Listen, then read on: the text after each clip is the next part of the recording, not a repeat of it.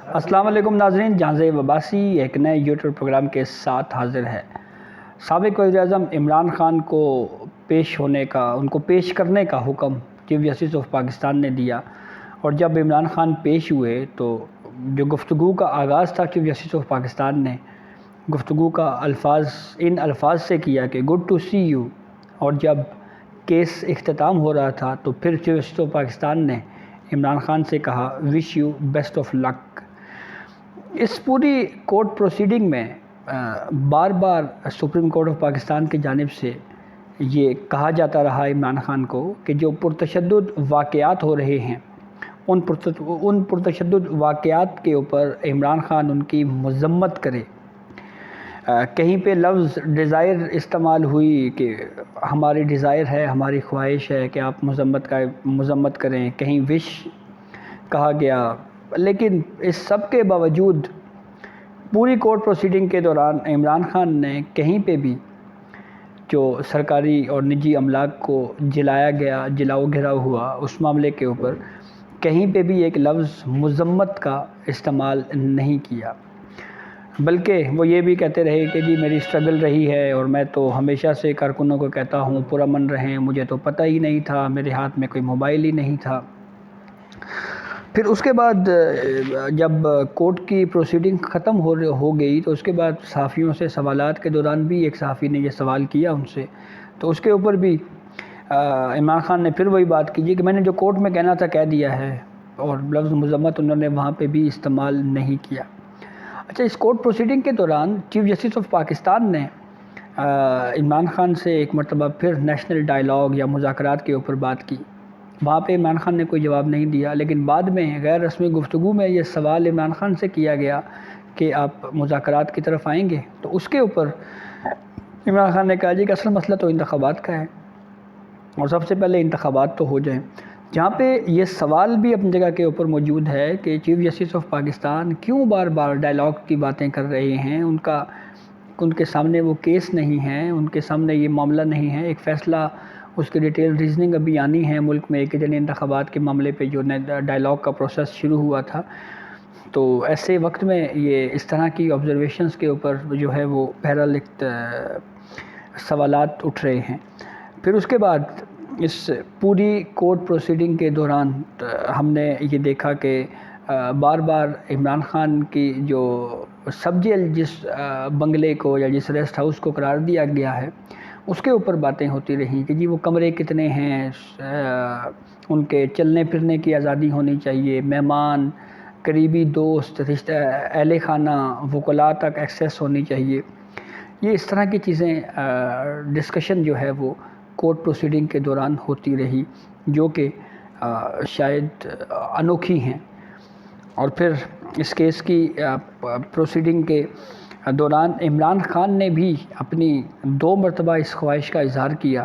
کہ وہ بنی گالہ میں رہنا چاہتے ہیں، یعنی ان کو بنی گالہ میں اپنے گھر جانے کی اجازت دی جائے، لیکن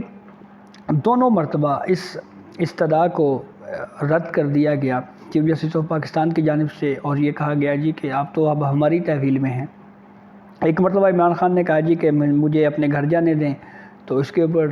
چیف جسٹس آف پاکستان نے کہا کہ دیکھیں ہم اس کورٹ پروسیڈنگ کو اتنا پرولونگ نہیں کرنا چاہتے۔ ایڈوکیٹ حامد خان جو کہ عمران خان کے وکیل تھے، ان کی طرف سے بھی یہ کہا گیا کہ دیکھیں کچھ دن کا جو ہے نا وہ ڈیلے ہونا چاہیے، تو اس پہ بھی سپریم کورٹ نے اس استدعا کو رد کیا۔ پھر دوسری مرتبہ عمران خان نے پھر یہی ریکویسٹ کی کہ آپ مجھے بنی گالہ جانے دیں، تو پھر دوسری مرتبہ بھی اس استدعا کو رد کیا گیا، اور اب کل اسلام آباد ہائی کورٹ میں 11 بجے عمران خان نے دوبارہ پیش ہونی ہے۔ کلاک کو ریورس کر دیا گیا ہے، عمران خان جو ہے وہ اب بیل کے لیے اپلائی کریں گے، پھر اس کے بعد اگر ان کی بیل ہو جاتی ہے تو پھر وہ باضابطہ طور کے اوپر ان کو جو ہے وہ پھر فری ہوں گے ایک عام شہری کی طرح، جتنا اسپیسیفک وقت دیا جائے گا اور یہ کہا جائے گا کہ وہ انویسٹیگیشن میں شریک ہوں۔ لیکن اگر وہ بیل رد ہو جاتی ہے، مسترد ہو جاتی ہے، تو پھر جب وہ کورٹ کی پریمیسز سے باہر نکلیں گے تو ان کی اریسٹ جو ہے وہ دوبارہ ہو جائے گی۔ لیکن ایک چیز اس پوری کورٹ پروسیڈنگ میں ایک چیز بڑی اچھی ہوئی ہے، اور وہ قانون کے مطابق ہوئی ہے، اور وہ یہ ہوئی ہے کہ سپریم کورٹ آف پاکستان نے یہ کہا ہے کہ جو عدالتی احاطے میں گرفتاری ہوئی ہے یہ گرفتاری انویلڈ تھی، غیر قانونی تھی، اور یہ درست فیصلہ اس وجہ سے بھی ہے کہ جب کوئی بھی ملزم یا کوئی بھی شخص کورٹ کے احاطے میں داخل ہو جاتا ہے، کورٹ پریمیسز میں انٹر ہو جاتا ہے، تو وہ خود کو عدالتی رحم و کرم کے اوپر چھوڑ دیتا ہے، اور اس کو لاء کی ٹرم میں یہ جیسے آج بھی مختلف آبزرویشنز میں یہ کہا جاتا رہا کہ یہ ایکسیس آف جسٹس یا ایکسیس ٹو جسٹس کا جو پورا پروسیس ہے اس کو بریچ کیا گیا۔ تو احاطۂ عدالت سے گرفتاری کو سپریم کورٹ آف پاکستان نے اللیگل قرار دیا ہے، غیر قانونی قرار دیا ہے۔ اس کی پہلے بھی عدالتی تاریخ میں مثالیں موجود ہیں۔ مثال کے طور کے اوپر آپ کو ایک حال ہی میں ایک واقعے کے پیش ہونے کی ایک مثال آپ کے سامنے رکھتے ہیں کہ B4U کے مالک کی ضمانت کا کیس تھا، وہ ضمانت کے لیے کورٹ میں آ رہے تھے اور بیل پٹیشن کے لیے وہ انہوں نے فائل کرنی تھی، اسی دوران ان کو اریسٹ کر لیا گیا۔ تو سپریم کورٹ آف پاکستان نے اس معاملے کے اوپر کنٹمپٹ آف کورٹ کی پروسیڈنگ شروع کر دی نیب کے حکام کے خلاف۔ تو اسی لیے یہ اصول پہلے سے ہی طے شدہ ہے کہ جو عدالتی احاطہ ہے اس میں جب کوئی شخص انٹر ہو جائے تو وہاں پہ اس کی گرفتاری نہیں ہو سکتی۔ یہی کوشچنز سپریم کورٹ کے تینوں ججوں کی طرف سے بھی اٹھائے گئے کہ جب کوئی بھی شخص عدالتی احاطے میں داخل ہو جائے تو اس کو گرفتار اس لیے نہیں کیا جاتا کہ پھر کورٹ نے ڈیسائیڈ کرنا ہوتا ہے کہ کیا اس کو ضمانت مل سکتی ہے یا نہیں مل سکتی۔ اور سب سے اہم بات اس پورے معاملے میں جس طرح سے کورٹ کی جانب سے یہ سوالات بھی اٹھائے گئے کہ اگر اس کو ایک مثال کے طور کے اوپر اگر قائم کر دیا گیا، اس گرفتاری کے عمل کو اگر درست قرار دے دیا گیا تو پھر اس سے مستقبل میں پھر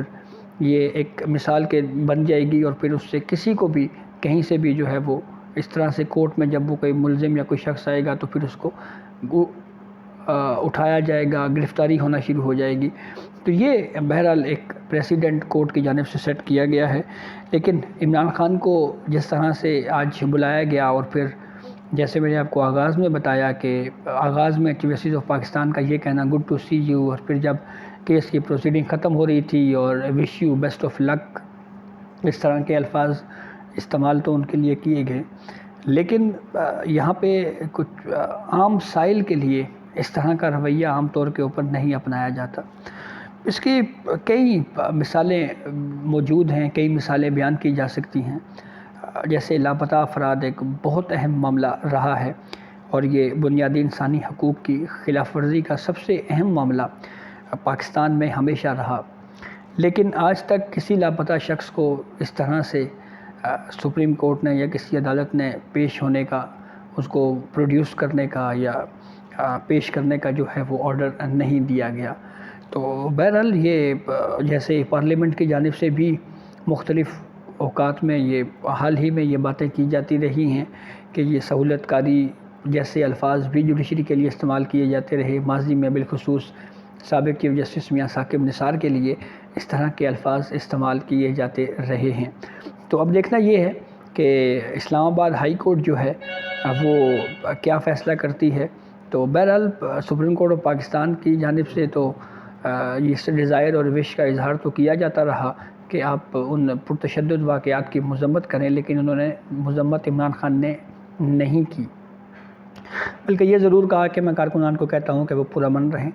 پروٹیسٹ ہر شہری کا آئینی حق ہے، اس میں کوئی دو رائے نہیں ہے، لیکن وہ پروٹیسٹ پرامن ہونا چاہیے۔ سڑکیں بلاک کرنا، عام شہریوں کو ان کی معمولات زندگی کو متاثر کرنا، اور پھر اس کے ساتھ ساتھ جلاؤ گھراؤ کرنا، سرکاری پبلک پراپرٹیز کو نقصان پہنچانا، اس کی آئین و قانون میں کہیں پہ بھی کوئی گنجائش نہیں ہے۔ اس حوالے سے سپریم کورٹ کے بھی متعدد فیصلے موجود ہیں۔ ایک بڑا اہم فیصلہ جسٹس قاضی فائز عیسیٰ نے فیض آباد دھرنا ججمنٹ میں دیا تھا، فیض آباد دھرنا ججمنٹ میں بھی جسٹس قاضی فائز عیسیٰ نے یہ کہا تھا کہ پیسفل پروٹیسٹ ہونے چاہیے، سڑکیں بند نہیں ہونی چاہیے، ہر عام شہری آزادانہ نقل و حرکت کر سکے، اسکول آسانی سے اسکول میں بچے جا سکیں، مریض ہاسپٹلس تک پہنچ جائیں، کسی نے سفر کرنا ہے تو ٹریفک رواں دواں ہو۔ لیکن ہمارے ہاں بہرحال یہ اس طرح کی جو عدالتی فیصلے ہیں ان کے اوپر جو اس طرح کی پولیٹیکل پارٹیز ہیں وہ